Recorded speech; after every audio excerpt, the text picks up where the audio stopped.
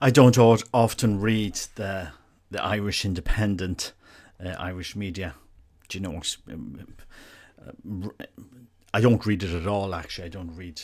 I might scan the headlines every so often. But somebody forwarded me on this editorial from the 5th of November about female priests might be the last hope for the Catholic Church. And this is the typical thing that's going round and round. You know, this is what's going to do the save the Catholic Church. We'll just make it like a company and everything will be fine. But I was just reading through this, and it's this paragraph here that caught my eye. So it says, other than the Dominican Order in Ireland, which runs a relatively successful vocational program, the widely shared view is that the Church here runs poor programs that do little to attract young men to a vocational life with the institution, and that is correct. That is correct. The bishops have just got their act together this year with Take a Risk for Christ, which I am sorry to say, and I've said this a few times, it is the worst slogan I've ever read. Take a risk for Christ. As if there was any risk in taking a risk. But, it's just sad that slogan is put there. But, as I say, and there's so many men who are looking at the priesthood who are considering anything but the diocesan system, because they see it as, your vocational life is being throttled in administration, it's being throttled in being spread too thin. I mean, any man going into the diocesan system, you're going to be facing, just being run ragged across several parishes over the next couple of years. That's what we've seen. Whereas if you go into the Dominican Order in Ireland, you will have a community. You will have a superior that will manage the community, the structure, the communities in Ireland, making sure that you have a balanced life. I mean, you pretty much know what you're going to face with the Dominicans, and then you can dedicate to different programs, different educational programs, or catechesis, or various things, that you could do. So I think the penny has dropped, and I think the future in Ireland for Catholicism will be centred around communities, will be centred around maybe religious communities or lay communities, that where you will have intense spiritual formation and intense community life. Because the parish structures simply are crumbling. They are crumbling. We can see that already, and in times gone by in Ireland, Catholicism was always centred around monastic communities, so we may be returning there. But if the church is ever going to reform or renew vocations in Ireland, it needs to take a page out of the Dominicans, their formation, their intellectual formation, their seminary formation, their community, their prayer life, their identity, and that's learn the lesson the hard way. I'm just reading that book today. I'm just going to bring it up because I had it here on. I was just reading this book today, the abuses in the religious life, and it just talks about. I was just limiting it. After Vatican II, some of the stuff that we've been doing. At the time of Vatican II, some forms of this sort of wisdom were criticised for being too archaic and rigid and were set aside. But after several decades of experience, it is clear that while this wisdom, and they're talking about how communities are governed, was certainly in need of some serious purification, abandoning it has in fact taken us in the opposite direction from the goal we were aiming at. We see this particularly in the rejection of the letter of the law for the sake of freedom of the spirit. The intention was generous, to give the gospel once more all the space it needed, with greater fidelity to Jesus, but we failed to ensure that various necessary safeguards were in place.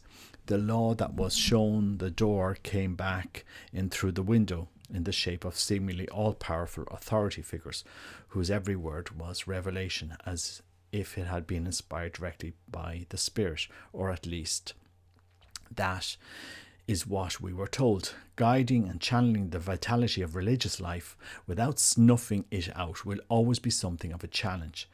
Should there be a limit to our love of God? No, as St. Bernard says, how much love should we offer to God? A measureless amount. On the other hand, there are limits to our human nature, our physical strength, our health, and our psychological makeup, and it is here that the risks are to be found. Love has no limits. No one can love too much, but the various tools designed to help us, to help our love blossom, do have limits, and if we go beyond these, then these very tools may end up leading to death rather than life. Anyway, it was just we see the dramatic decline in religious life over the last 50 years, and we see in some communities struggling with abuse of conscience and so forth, and that's why having an 800-year-old Dominican order with a very large international network of priests, of people in formation, might be the best place for some men to go in to be priests, because you're going to get 800 years of history. You're also going to get the balance in the church, international balance. You're going to have a wide network of people, a wide network of professors that can help you in your formation, instead of, say, going into, say, some new movement that has popped up in the last 50 years that hasn't been tried and tested. For the example, the Legionaries of Christ. I love the Legionaries of Christ. I think there's some very good men in there. But I think if I was going to say, okay, where to a young man, look, where are you going to, who wants to be a religious or wants to be a priest, who do I recommend you go to? I actually go to some place that has the depth and pedigree and history and knowledge of and the balance. It's key balance. My God, it is absolutely critical. And the rule of life, and that's why I think religious communities like the Dominicans, we really should be looking at what they're doing. It's not just in Ireland, it's in America, it's in Italy, it's in all over the place. They are doing something right, and the church should step back and say, okay, maybe we've, as this author here, Dom Dismas, is the head of the Carthusians, is saying, he was talking about the, how do we set out preserving the vitality and even the seamless madness of love without becoming destructive. The various different traditions of religious life that have endured across the centuries have been able to find a proper approach to this risk. They have developed a certain wisdom and a coherent body of doctrine that has been codified in various rules that exist. And then he goes on about, after Vatican II, that some forms of this sort of wisdom were criticized for being too archaic and rigid. So the church needs to take stock. The church needs to revisit this.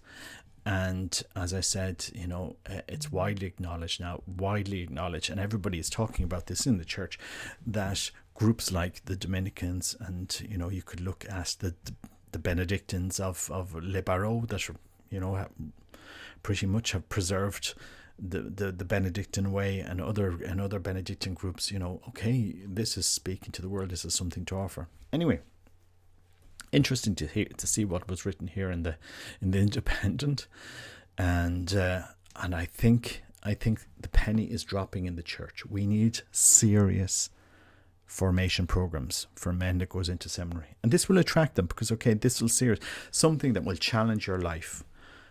A program for life, a program of prayer for life, a program of apostolate, a program of community, brotherhood, fraternity, support, and good structures, good sound structures, that you don't wind up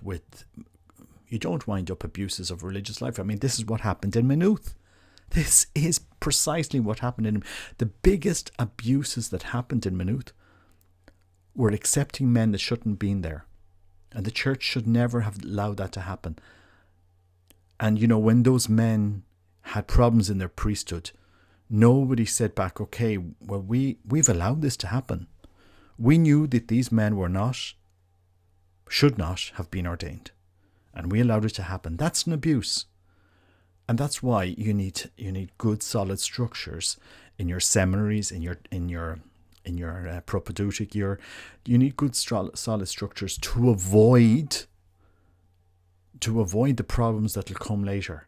One of the biggest abuses of religious life, or even the diocesan system, the biggest abuse of religious or diocesan system is accepting people who should not be there. End of story. You're not called to diocesan system. You're not called to religious life. 3 months discernment, and you say, look, we don't believe that this is your vocation, and so the church needs to regroup and to go back to the age-old wisdom. Anyway, I just saw this headline. I just thought it was interesting, and I do encourage people to buy that book by the head of the Carthusians.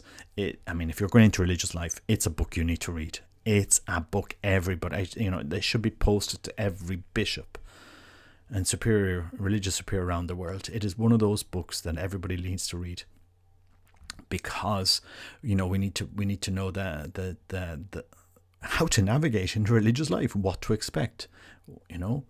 Anyway, God bless you. Take care. Bye bye.